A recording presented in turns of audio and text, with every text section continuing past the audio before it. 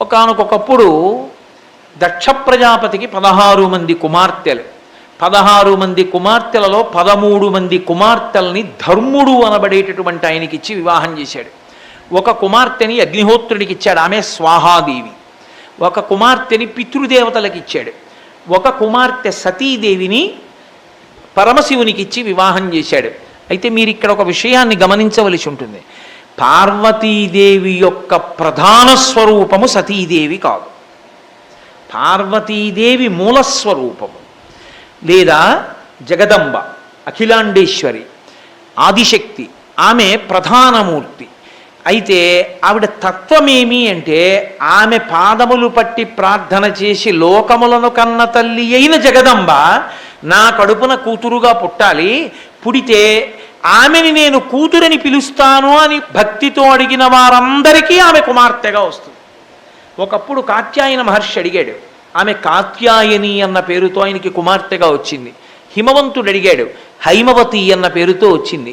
దక్ష ప్రజాపతి అడిగాడు, దాక్షాయణి అన్న పేరుతో వచ్చింది. ఆమెకి దక్షునికి కుమార్తె అయినందుకు దాక్షాయణి అయితే, పరమపాతివ్రత్యమునకు పరాకాష్ఠ కాబట్టి ఆ అవతారం ఆమెని సతీదేవి అని పిలుస్తారు. ఇది జరుగుతోంది. ఒకానొకప్పుడు బ్రహ్మవేత్తలందరూ కలిసి ఒక దీర్ఘకాలము కొనసాగేటటువంటి యాగాన్ని నిర్వహిస్తున్నారు. ఆ సభకి బ్రహ్మగారు వచ్చారు, కూర్చునున్నారు. భర్గుడు అన్న పేరుతో పరమశివుడు కూర్చునున్నాడు. త్రిమూర్తులు కనుక బ్రహ్మగారు పరమశివుడు లేవవలసిన అవసరం లేదు. కానీ దాన్ని దక్ష ప్రజాపతి తప్పుగా అర్థం చేసుకున్నాడు. నా కుమార్తెని ఇతనికి ఇచ్చి వివాహం చేశాను, నా అల్లుడు, నేను మామగారిని. మామగారు వచ్చినప్పుడు అల్లుడు లేచి నిలబడద్దు, నా దగ్గర అక్షతలు వేయించుకోవలసిన వాడు లేచి నిలబడకుండా కూర్చున్నాడంటే నన్ను అధిక్షేపించాడు అన్నాడు. అసలు అల్లుడు ఎందుకు అయ్యాడు? అమ్మవారు తనకి కూతురైంది కాబట్టి. అమ్మవారు దక్ష ప్రజాపతికి కూతురుగా పుట్టడమే అసలు స్వరూపమా? ఆదిశక్తిగా ఉన్న అమ్మవారు దక్ష ప్రజాపతి కన్నా ముందుంది. పూర్వజ త్రిపురాంబిక. ఆ తల్లి అడిగాడు కాబట్టి ఆయన కడుపున పుట్టింది. ఆవిడ పుట్టింది కాబట్టి ఆవిడికి ఎంతమందికైనా కూతురవుతుంది. కానీ ఆమె మాత్రం ఎప్పుడూ పరమేశ్వరుడికే ఇల్లాలు. అది ఆమె పాతివ్రత్యం. అందుకని పరమశివుడికి భార్య అయింది. పరమశివుడికి భార్య అయింది కాబట్టి తనకు అల్లుడు అయ్యాడు.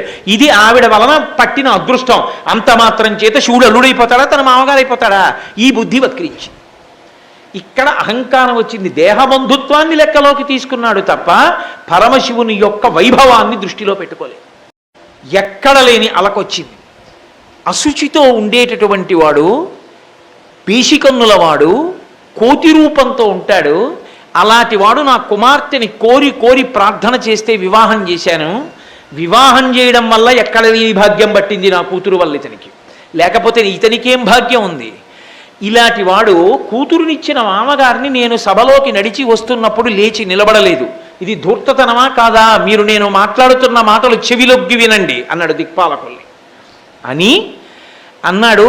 అనయము లుప్త క్రియాకలాపుండు, ఏమీ చేయడు, కూర్చుంటాడు అలా. అనయము లుప్త క్రియాకలాపుండు, మానహీనుండు, బట్టగట్టుకోడు, మానహీనుండు, మర్యాద లేనివాడు, మర్యాద తెలియదు. మత్త ప్రలాపుండు, ఏమిటో వదరుతుంటాడు, ఏమిటో మాట్లాడుతుంటాడు. మత్త ప్రలాపుండు, భూత ప్రేత పరివృతుండు, భూత ప్రేతములన్నీ ఆయన చుట్టూ ఉంటాయి. దిగంబరుండు, వస్త్రం లేకుండా తిరుగుతూ ఉంటాడు దిశములతో, కాబట్టి దిగంబరుండు. పైగా తామస ప్రమద భూత నాథుండు, తామసికమైనటువంటి ప్రమదగణములన్నీ ఆయన చుట్టూ తిరుగుతూ ఉంటాయి భూతగణములు. తామస ప్రమద భూత నాథుండు. అస్థి భూషణుండు, భూతిలిప్తుండు, ఒంటికి శవభస్మ రాసుకుని ఉంటాడు. దానికి తోడు అస్థిభూషణుండు, పుర్రెలమాల ఎముకలమాల మెళ్ళో వేసుకుంటాడు. ఇవన్నీ చాలవన్నట్లు ఉగ్ర పరేత భూ నికేతనుండు, శ్మశానంలో తిరుగాడుతుంటాడు. ఉగ్ర పరేత భూ నికేతనుండు, నష్ట శౌచుండు. ఇంకా అటువంటి వాడికి శౌచం ఎక్కడుంది? కాబట్టి శౌచం లేదు. అన్నిటినీ మించి వితత స్రస్త కేశుండు, జుత్తెప్పుడు దువ్వుకోడిలా విప్పేసుకుని ఉంటాడు, లేదా ఓ జటాజూటం ఇలా ముడేసుకుని ఉంటాడు. వితత స్రస్త కేశుండు. దుష్ట హృదయుండు, మంచి హృదయం కాదు దుష్ట హృదయం. దుష్ట హృదయుండు. ఉన్మత్తనాథుండు, ఉన్మత్తులు అంటే పిచ్చివాళ్ళు, పిచ్చివాళ్ళకందరికీ నాయకుడు, పెద్ద పిచ్చాడు. ఇలాంటి వాడికి శివుడు ఏమిటి? శివుడు అంటే మంగళప్రదుడు, శివుడు అంటే శుభాలు ఇచ్చేవాడు. అసలు ఇతని దగ్గర ఏముంది శుభమైన గుణం? ఒక్కట్లేదు. ఒక్క మంచి గుణం లేని ఇతనికి శివుడును ప్రమాదం ఎట్లు కలిగే? ఈయనకి శివుడిని పేరు ఎవరిచ్చారు? ఇతను శివుడే కాదు, పరమేశ్వరుణ్ణి నింద చేసే ప్రయత్నం చేసినా స్తోత్రమే అవుతుంది అని. అనయము లుప్త క్రియాకలాపుండు, ఆయన ఏ పని చెయ్యడు. అన్ని పనులు చెయ్యవలసిన అవసరం ఎవరికి ఉంది? కర్మ చెయ్యకుండా ఉండలేని లక్షణం ఉన్న వాళ్ళం మనం ఎందుకు అయ్యామంటే గత జన్మలలో చేసుకున్న పాపపుణ్యములను సుఖదుఖములుగా అనుభవించాలి కాబట్టి ఏదో కర్మ చేస్తూ ఉంటాం. పాపపుణ్యములు లేనివాడు, లోకములను సృజించినవాడు, నిలబెట్టేవాడు, లయం చేసేవాడు, అటువంటి మహానుభావుడికి కర్మ చెయ్యవలసిన అవసరమే ఉంది. ఆయన ఏ కర్మ చేయడు, తనలో తాను రమిస్తూ ఆనందంతో ఆత్మారాముడై కూర్చుని ఉంటాడు. అటువంటి శివుడు కర్మ ఎందుకు చేస్తాడు? కాబట్టి నింద చేసిన స్తోత్రమైంది. అనయములుప్త క్రియాకలాపుండు మానహీనుండు. మానహీనుండు అంటే సిగ్గులేనివాడు. సిగ్గు ఎవరికి ఉంటుంది? ఎవరినో చూస్తే సిగ్గుపడడం అన్నది. శివుడు తానొక్కడిగా ఈ లోకమంతట్లోనూ తాను తప్ప వేరొక పదార్థముగా నిలబడిన వాడికి రెండవ పదార్థం లేనప్పుడు జ్ఞానమనందు అద్వైతానుభూతి ఎందున్న వాడికి సిగ్గుపడడానికి అవకాశమే ఉంది. కాబట్టి మానహీనుండు మర్యాద లేనివాడు. మర్యాద అంటే ఒకళ్ళని చూస్తే గౌరవంగా మాట్లాడడం, ఒకళ్ళని చూస్తే కొంచెం శాసించి మాట్లాడడం, ఎక్కడ ఎలా ప్రవర్తించాలో తెలిసి ఉండడం.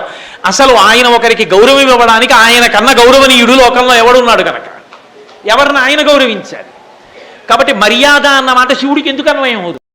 తామస ప్రమదభూతనాథుండు ఉన్మత్త ప్రియుండు ఉన్మత్తనాథుండు, ఇన్ని మాటలు వాడాడుగా. అన్నీ కలిపేసి ఒక మాట చెప్పేస్తాను.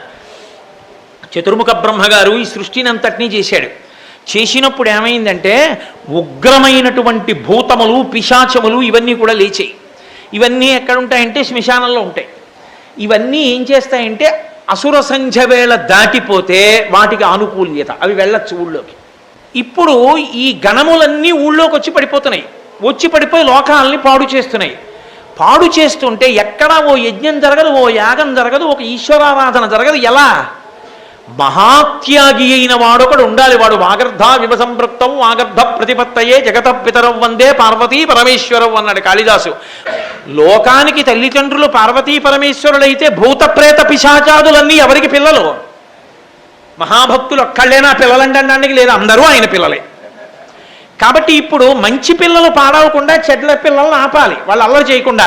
అందుకని శ్మశానంలోంచి వాళ్ళు వచ్చి ఊళ్ళల్లో పడిపోకుండా చూడాలి. పడిపోకుండా చూడాలంటే బ్రహ్మగారి శివుడి దగ్గరికి వెళ్ళారు. ఈ లోకం అంతా నీ బిడ్డలు, వాళ్ళు అల్లరి చేస్తున్నారు, ఊళ్ళోకి వచ్చి భక్తితో ఉందామన్న వాళ్ళని ఉండనివ్వట్లేదు, నువ్వేం చేస్తావు ఇప్పుడు ఉపకారం చేయడానికి అని అడిగారు. అంటే పరమశివుడు అన్నాడు, నేను వెళ్ళి శ్మశానంలో కూర్చుంటాను రాత్రిళ్ళు.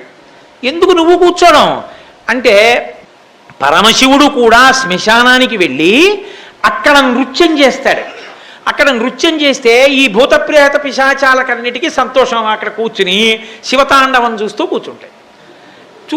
కూర్చుంటే తెల్లవారే సమయానికి ఆయన ఆపుతాడు. సూర్యోదయం అయిందిరా, మనం ఊళ్ళో వెళ్ళడానికి లేదురా, రాత్రంతా నృత్యం చేస్తూ ఉండిపోయామని మళ్ళీ కూర్చుంటాయి. అప్పుడు ఎవరు ఉద్ధరింపబడ్డారు? మనం.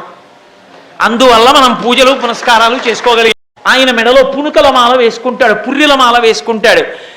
నాకే ఓ బంగారు రుద్రాక్షమాల ఉందే, పరమశివుడికి బంగారంతో గొలుసు చేయించేవాళ్ళు లేరండి లోకంలో. ఆయన కర్మ ఎందుకు ఆయనకి మెడలో పునుకల మాల?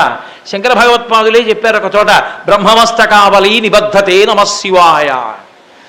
ఆయన ఈ సృష్టినంతటినీ ప్రారంభం చేసేటప్పుడు చతుర్ముఖ బ్రహ్మగారిని సృజించి వేదాలను ఇచ్చాడు. ఇచ్చి నువ్వు లోకాలని సృష్టి చెయ్యి అన్నాడు. బ్రహ్మగారు సృష్టి అంతా చేసి మొట్టమొదట ఆయు ప్రమాణం చేత త్రిమూర్తులలో పడిపోయే లక్షణం ఉన్నవాడు బ్రహ్మగారు. అందుకని పడిపోతూ ఉంటాడు. శరీరం పడిపోయినప్పుడు అయ్యో పాపం నేను చెప్తే లోకాల్ని సృష్టించిన చతుర్ముఖ బ్రహ్మగారి పుర్రె కూడా ఇలా నేల మీద పడి ఉండడమే బాగుండదని ఒక తడప తెచ్చి ఆ పుర్రె గుచ్చి తన మెడలో వేసుకున్నాడు గౌరవానికి. ఇప్పుడు ఆ పుర్రెల మాల చాలా పెద్దదైపోయింది. అంటే ఇంతమంది బ్రహ్మలు వచ్చారు, ఇన్ని కల్పాలు వచ్చాయి, ఇన్ని మాటలు యుగాలు వచ్చాయి, ఇంత సృష్టి జరిగింది, ఇన్ని లయమైపోయాయి. ఆయన ఒక్కడే ఉండిపోయాడు ఇంతమంది బ్రహ్మల పుర్రెల మాలలకు. అంటే అంతటి శాశ్వతుడు. అంతేకాని చేతకాక పుర్రెల మాల వేసుకున్నవాడు కాదు. ఆయన శమభస్మ రాసుకుంటాడు. నిజమే, మీరు ఉజ్జయిన్ వెడితే తెల్లవారుజామున ఇప్పటికీ కూడా శవభస్మాభిషేకము అని జరుగుతుంది. కాపాలికులు నల్ల కంబళి కట్టుకుని మూట కట్టి తీసుకొస్తారు. అప్పుడే కాలిన శవం తాలూకా భస్మ. ఆడవారికి దాన్ని చూడవద్దంటారు, తల నుంచి గుడ్డ వేసేసుకుని కళ్ళు మూసేసుకోండి అంటారు. ఒక్క పురుషులే చూస్తారు. ఆ భస్మ మూట కట్టి శివలింగం మీద పెట్టి కొడతారు, కొడితే శవభస్మంతా అభిషేకంగా పడుతుంది. ఆ రజను అల్లుకుంటుంది కూడా అంతటా.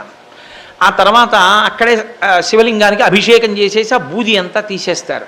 ఎందుకు ఆయనకి అలా అభిషేకం అంటే, ఓరి పిచ్చివాడా, నేను నేను నేను అని నువ్వు చెప్పినటువంటి ఈ శరీరము తుదకు ఏమైపోతుందో తెలుసా? గుప్పెడు బూడిదైపోతుంది. నీది నీది అని నువ్వు అనుకున్న ఈ శరీరము కూడా తుదకు బూదిగా మారిపోతోంది. ఆ బూదిని కూడా పుచ్చుకునేవాణ్ణి నేను ఒక్కడిని. కాబట్టి నువ్వు జీవించి ఉండగానే నీ భావములను నా వైపు తిప్పితే, నీ పుర్రెలో నన్ను ఉంచుకుంటే, అందుకే మహాకపాలేశ్వరుడయ్యాడు, నీ కపాలమునందు నన్ను ఉంచుకుంటే నీవు శాశ్వతుడవుతావు. ఏదైనా బూది కావాలి, బూది ఏమవుతుంది?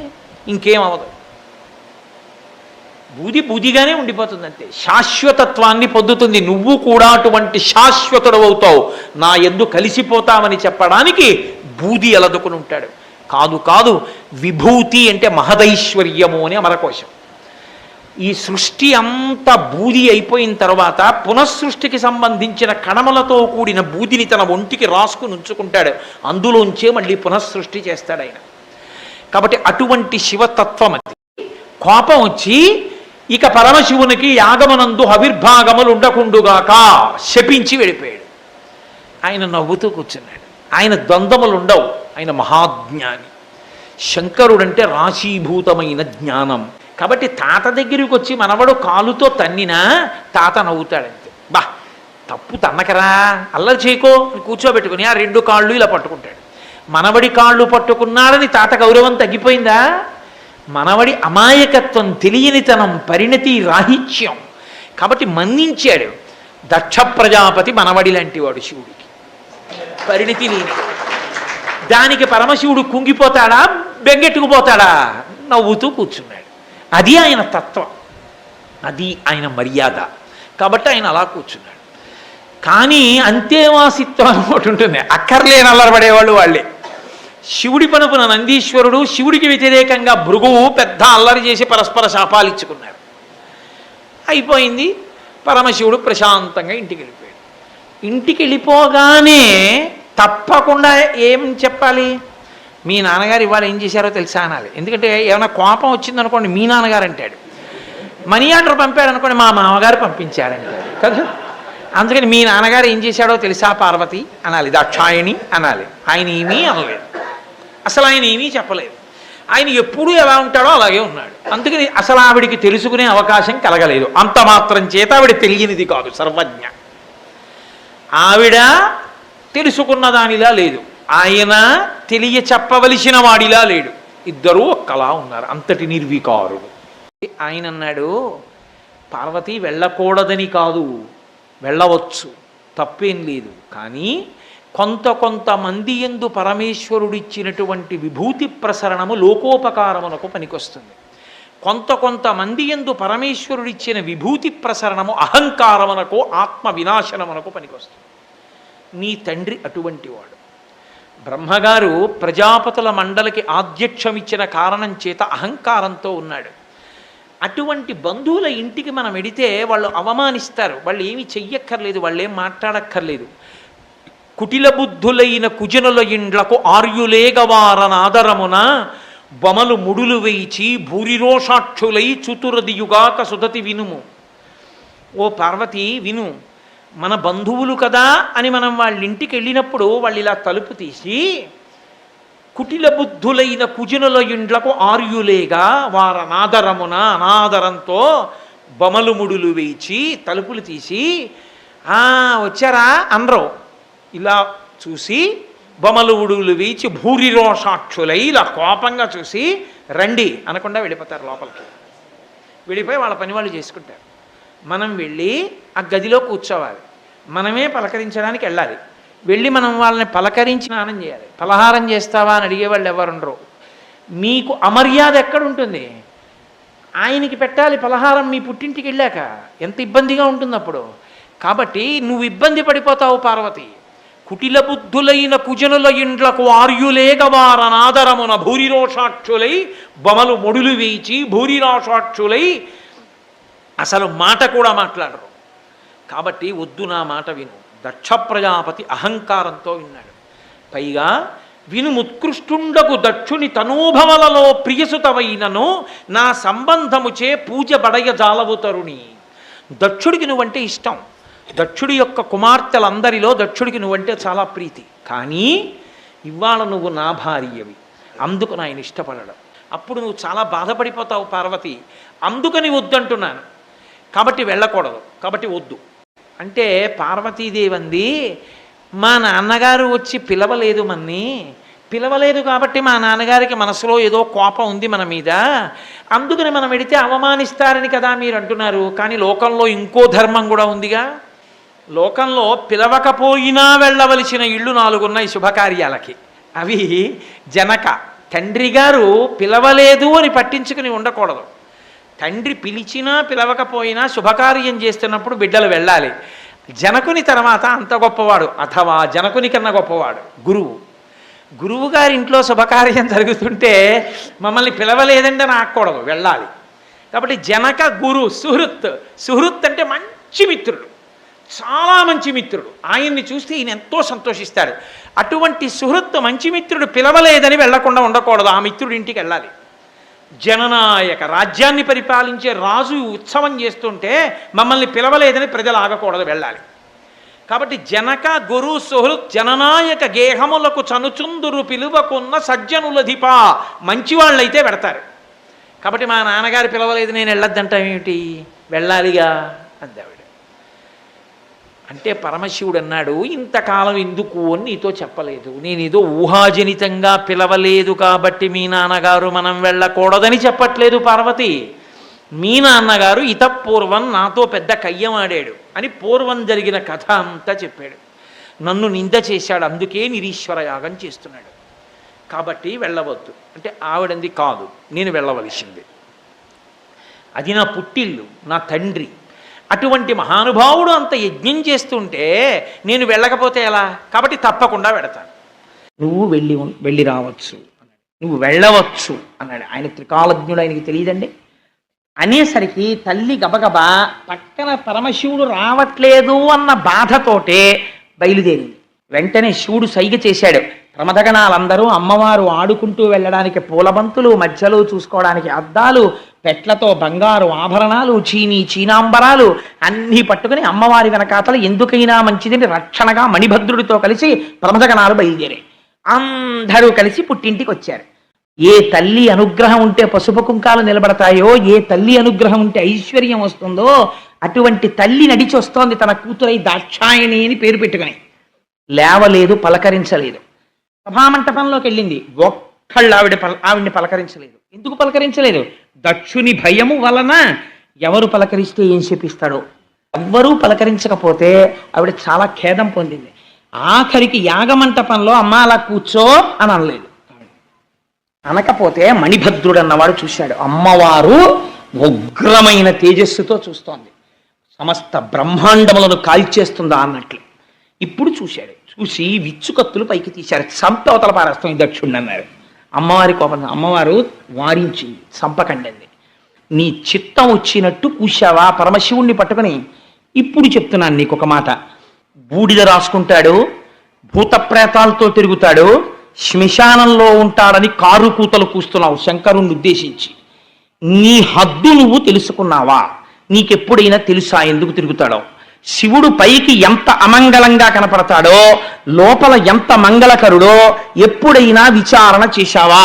ఓరి చేతకాని చవట, శివుడే అంత అమంగళకరుడైతే ఆ వాక్పతి ముఖ్యులం మహాత్ము చరణ సరోజములన్ సమ్మతి దాల్పరే మస్తకంబులన్. ఏ చతుర్ముఖ బ్రహ్మ బొటనవేలు నుంచి నువ్వు పుట్టావో ఆ బ్రహ్మగారు పరమశివుడి యొక్క పాదరేణువుల్ని తల మీద చల్లుకుంటున్నాడు నాకు శక్తి రావాలని. బ్రహ్మగారిని చూసైనా నీకు బుద్ధి రాలేదురా? ఇంకా ఎందుకు మాట్లాడుతున్నావు? శంకరుడి గురించి తక్కువ చేసి ఎందుకు మాట్లాడుతున్నావు? శివ అన్న మాట నోటి వెంట వస్తే కొన్ని కోట్ల జన్మలలో చేసినటువంటి మహాపాతకములు దగ్ధమవుతాయి. అటువంటి శివనామాన్ని పట్టుకుని తక్కువ చేసి మాట్లాడతావా? పవి పుష్పంబగు అగ్ని మంచగు నాకూపారంబ భూమిస్థలంబగు శత్రుండతిమిత్రుడు విషము దివ్యాహారము నెన్నగా అవనీ మండలి లోపలం శివ శివేచ్ఛాభాషణోల్లాసకిన్ శివ నీ నామము సర్వవశ్యకరమౌ శ్రీకాళహస్తీశ్వర అంటాడు దూర్జటి. శివనామం చెప్పుకున్న వాడికి లోటు లేదు. పవి పుష్పంబగు, రాయి కూడా పువ్వు అయిపోతుంది, సముద్రము భూమి అయిపోతుంది, వజ్రము పూలదండ అయిపోతుంది. అంతటి అభయంకరుడై ఎవరి నామం చెప్పుకుని లోకాలన్నీ సంతోషపడిపోతున్నాయో అటువంటి మహాత్ముణ్ణి పట్టుకుని అనరాని మాటలంటావా? దాని లోపల ఉన్నటువంటి తత్వాన్ని తెలుసుకునే ప్రయత్నం చెయ్యకుండా నీ చిత్తం వచ్చినట్టు మాట్లాడతావా?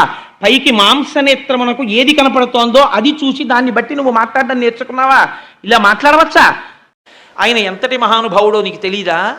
తెలిసి కూడా ఇలా కావాలని ఆయన మీద కక్ష పెట్టుకుని మాట్లాడుతున్నావా? రేపు ప్రొద్దున్న నేను తిరిగి నా భర్త దగ్గరికి వెడితే ఆయన నీలాగా కక్ష పెట్టుకునే మనిషి కారు. కానీ ఆయన నన్ను ఎప్పుడైనా అనురాగంతో దాక్షాయణి అని పిలిస్తే నా కడుపు ఉడికిపోతుంది. అంత దుర్మార్గుడైన తండ్రికి కుమార్తెనయ్యాను, ఇంతటి మహాత్ముడికి ఇల్లాలినయ్యానని నీకు కుమార్తెని అన్న విషయం నన్ను ముళ్ళు తొలిచినట్టు తొలుస్తుంది. అందుకని ఇక నీ కుమార్తెగా దాక్షాయణి అన్న పేరుతో నేను ఉండదలుచుకోలేదు. నువ్వు తపస్సు చేస్తే నీకు కూతురుగా వచ్చాను, నా భర్తని అవమానించావు కాబట్టి నేను ఇక నీ కుమార్తెగా ఉండను. ఈ శరీరంతో ఉన్నంతసేపు నీకు కుమార్తెగా తిరుగుతున్నాను కాబట్టి దాక్షాయణి అంటారు. ఇక నీకు ఆ కీర్తి ఉండకూడదు. అందుకే ఈ శరీరాన్ని విడిచిపెట్టేస్తాను. భాస్వచ్ఛుద్ధి ప్రాపించదన్, యోగాగ్ని యందు ఈ శరీరాన్ని దహించేస్తున్నాను అందావిడ. ఇన్ని మాటలన్నా ఇలా తల తిప్పి కూడా చూడలేదు దక్షుడు. తన యజ్ఞం తాను చేసుకుంటూ హవ్యాన్ని ఇస్తున్నాడు అగ్నిహోత్రానికి. హాహాకారాలు చేశారు అందరూ, ఏమిరా ఈ మూర్ఖుడి ప్రవర్తన అని. తల్లి చూసి ఉత్తర క్షణంలో ఆమె ఆచమనం చేసి ఉత్తరాభిముఖురాలై కూర్చుని పరమశివుడి యొక్క పాదములను మనసులో స్మరిస్తూ యోగాగ్నిని తన శరీరంలో రగల్చి ఒక్క క్షణంలో తన శరీరాన్ని భస్మం చేసి కుప్పగా పడిపోయింది. నారద మహర్షి వెళ్ళి కైలాసంలో ప్రశాంతంగా కూర్చునున్నాడు పరమశివుడు. ఆయన దగ్గరికి వెళ్ళి చెప్పాడు, అయ్యా ఇంత అవమానం చేశారు నీ భార్యని, అవమానం చేస్తే ఆమె అవమానం తట్టుకోలేక ఇక నీ చేత దాక్షాయణి అని పిలిపించుకోనని ప్రతిజ్ఞ చేసి శరీరం వదిలిపెట్టేసిందంట. వెంటనే పరమశివుడు రుద్రుడయ్యాడు. రుద్రుడై కూర్చున్నవాడు కూర్చున్నట్టు ఒక్కసారి లేచాడు. అర్జుండుగ్రుడు నీలకంఠుడి ఇభ దైత్యారాతి దష్టోష్టుడై అజ్జద్భూరి మృగేందరోషమున భీమ ప్రక్రియన్ నవ్వుచున్ విద్యుద్వహ్ని శిఖా సముచ్చయరుచిన్ వెల్గొందు చించజ్జటన్ సద్యక్రోధముతోడ పూంచివైచన్ క్షమాచక్ర మధ్యంబునన్.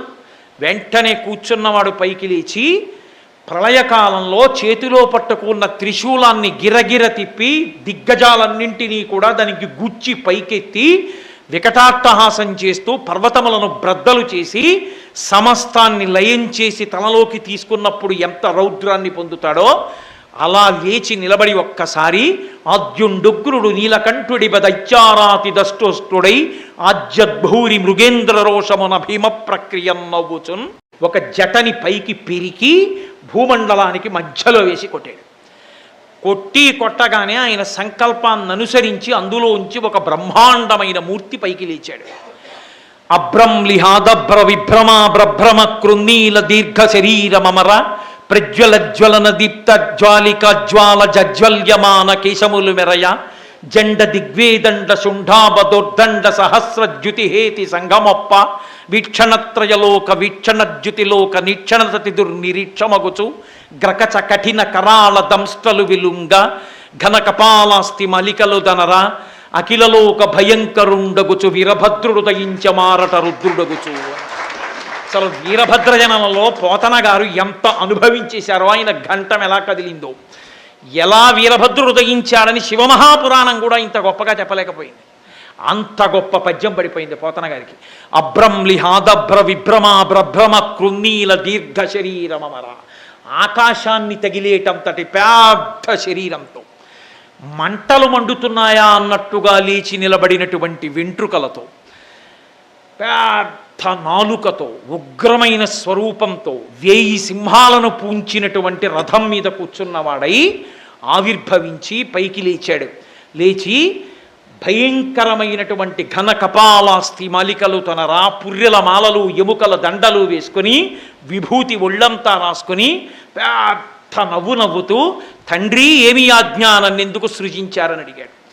అసలు ఆ స్వరూపాన్ని స్మరిస్తే చాలు, పాము కూడా దగ్గరికి రావడానికి వీల్లేదు అన్నారు శైవాగమంలో. అందుకే ఓం నమో భగవతే సదాశివాయ సకలతత్వ విదూరాయ సకల లోకైక కర్త్రే సకల లోకైక హర్త్రే సకల లోకైక సంహర్త్రే సకల లోకైక సాక్షిణే సకల దిగమ గుహ్యాయ సకల లోకైక వరప్రదాయ సకల దురితార్తి భంజనాయ సకల జగత భయంకరాయ శశాంక శేఖరాయ శాశ్వత నిజావాసాయ నిరావాసాయ నిరామయాయ నిరాతంకాయ నిష్కలంకాయ నిష్ప్రపంచాయ నిర్ద్వంద్వాయ నిస్సంగాయ నిర్మమాయ నిర్మలాయ నిర్గుణ విభవాయ నిత్యశుద్ధ బుద్ధ పరిపూర్ణ సచ్చిదానందద్వైత పరమ ప్రకాశాయ పరమశాంత ప్రకాశాయ తేజోరూపాయ తేజోధిపతయే జయ జయ జయ రుద్ర మహారుద్ర మహారౌద్ర వీరభద్రావతార మహాభైరవ కాలభైరవ కపాలమాలాధర ఖట్వాంగ ఖడ్గ చర్మ పరశు పాశంకుచ ఢమరుక మృగశూల చాప బాణ గదాశక్తి బిందివాల తోమల ముసల ముసుండి ముద్గర ప్రాస పరిగ పట్టిస శతగ్ని చక్రాద్యాయుధ భీషణ కర సహస్ర దంస్ట్ర కరాళ వేదన వికటాట్టహాస విస్ఫాటిత బ్రహ్మాండ మండల నాగేంద్రహార నాగేంద్ర వలయ నాగేంద్ర చర్మ ధర మృడ మృత్యుంజయ త్రయంబక త్రిపురాంతక విరూపాక్ష విశ్వేశ్వర వృషభవాహన హర అని ప్రార్థన చేసింది శివ కవచం. ఆ స్వరూపం అంత అద్భుతమైనటువంటి స్వరూపం. అభ్రంలిహాదభ్ర విభ్రమ బ్రభ్రమ కృన్నీల దీర్ఘ శరీరమర ప్రజ్వల జ్వలన దీప్త జ్వాలిక జ్వాల జజ్వల్యమాన కేశములు మెరయ జండ దిగ్వేదండ శుంఠాబదోర్దండ సహస్రద్యుతిహేతి సంగమొప్ప వీక్షణత్రయలోక వీక్షణద్యుతిలోక నీక్షణతతి దుర్నిరీక్షమగుచు గ్రకచ కఠిన కరాళ దంస్ట్రలు విలుంగ ఘన కపాలాస్తి మలికలు దనరా అఖిలలోక భయంకరుండగుచు వీరభద్రుడు దయించమారట రుద్రుడగుచు. అసలు వీరభద్రజనంలో పోతన గారు ఎంత అనుభవించేశారో, ఆయన ఘంటం ఎలా కదిలిందో, ఎలా వీరభద్రుడు ఉదయించాడని శివమహాపురాణం కూడా ఇంత గొప్పగా చెప్పలేకపోయింది. అంత గొప్ప పద్యం పడిపోయింది పోతన గారికి. అభ్రంలిహాదభ్ర విభ్రమ బ్రభ్రమ కృన్నీల దీర్ఘ శరీరమర, ఆకాశాన్ని తగిలేటంతటి పెద్ద శరీరంతో, మంటలు మండుతున్నాయా అన్నట్టుగా లేచి నిలబడినటువంటి వెంట్రుకలతో, పరమశాంత ప్రకాశాయ తేజోరూపాయ తేజోధిపతయే జయ జయ జయ రుద్ర మహారౌద్ర వీరభద్రావతార మహాభైరవ కాలభైరవ కపాలమాలాధర ఖట్వాంగ ఖడ్గ చర్మ పరశు పాశంకుచ ఢమరుక మృగశూల చాప బాణ గదాశక్తి బిందివాల తోమల ముసల ముసుండి ముద్గర ప్రాస పరిగ పట్టిస శతగ్ని చక్రాద్యాయుధ భీషణ కర సహస్ర దంస్ట్ర కరాళ వేదన వికటాట్టహాస విస్ఫాటిత బ్రహ్మాండ మండల నాగేంద్రహార నాగేంద్ర వలయ నాగేంద్ర చర్మ ధర మృడ మృత్యుంజయ త్రయంబక త్రిపురాంతక విరూపాక్ష విశ్వేశ్వర వృషభవాహన హర అని ప్రార్థన చేసింది శివ కవచం. ఆ స్వరూపం అంత అద్భుతమైనటువంటి స్వరూపం. 1000 సింహములు పూంచినటువంటి రథం ఎక్కాడు. దక్ష ప్రజాపతి నిరీశ్వర యాగం చేశాడు, నీ తల్లి శరీరం విడిచిపెట్టింది, బ్రాహ్మణ తేజస్సు అని శంకించవద్దు, దక్షుణ్ణి సంహరించు, యజ్ఞాన్ని ధ్వంసం చెయ్యాలి. అంతే. వెంటనే ఒక్కసారి లేచి నిలబడి మహానుభావుడైనటువంటి ఆ వీరభద్రుడు ముదమార ప్రదక్షిణమాచరించి తండ్రి అయిన పరమశివుడికి ప్రదక్షిణం చేసి వీడ్కొని అనివార్య వేగమున కుంభిని తక్కతలన్ జలంజలధ్వనుల మణినూపరముల్ పదంబులన్ మ్రోయగా భీషణ ప్రభల్ తనరా కృతాంతకాంతక సితస్ఫుట శూలము పట్టి చిచ్చరన్. ఆయన వెంటనే ఆ రథం ఎక్కేటప్పుడు తండ్రికి ప్రదక్షిణం చేసి నమస్కరించి, తండ్రి మీ ఆజ్ఞ నెరవేరుస్తాను, దక్షయజ్ఞాన్ని ధ్వంసం చేసేస్తాను, ఎంతమంది దేవతలు వచ్చినా నిగ్రహిస్తానని ప్రతిజ్ఞ చేసి పెద్ద కత్తి పట్టుకుని 1000 సింహాలు పూంచిన రథం ఎక్కి బయలుదేరాడు. అనివార్య వేగమున వెళ్ళి రథం ఎక్కుతుంటేట ఆయన మణినూపురముల యొక్క ధ్వనికి బ్రహ్మాండములన్నీ అలా నిలబడిపోయాయి. వీరభద్రావతారాన్ని స్మరించినంత మాత్రం చేత ఎటువంటి ఆపదలు తొలగిపోతాయి అని శైవాగమని చెప్తోంది. అంత గొప్ప అవతారం వీరభద్రావతారం. ప్రత్యేకించి శ్రీశైల క్షేత్రానికి క్షేత్రపాలకుడు బయలు వీరభద్రుడు. అటువంటి మహోత్కృష్టమైన స్వరూపం. కాబట్టి మహానుభావుడు బయలుదేరి ఆ దక్ష యజ్ఞవాటికకి వెడుతున్నాడు ప్రమథగణాలతో. ధూళి పైకి రేగింది. చూశారు దక్షయజ్ఞంలో ఉన్న వాళ్ళందరూ.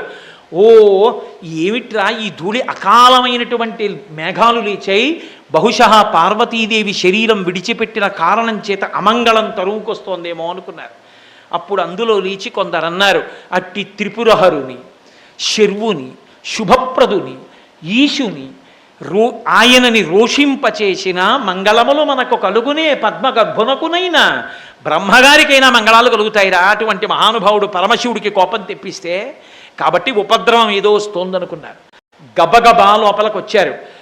అంతే వీరభద్రస్వామి, నందీశ్వరుడు, ఆ తర్వాత ఆ మణివాహుడు, వీళ్ళందరూ లోపలికి వెళ్ళి ఆ భగుడని ఆయన ఆ బ్రాహ్మణులు చేసేటటువంటి యజ్ఞం దగ్గర పరమశివుణ్ణి నింద చేసి మాట్లాడుతుంటే కళ్ళు గీటి బాగా తిట్టండని కనుగీటాడు.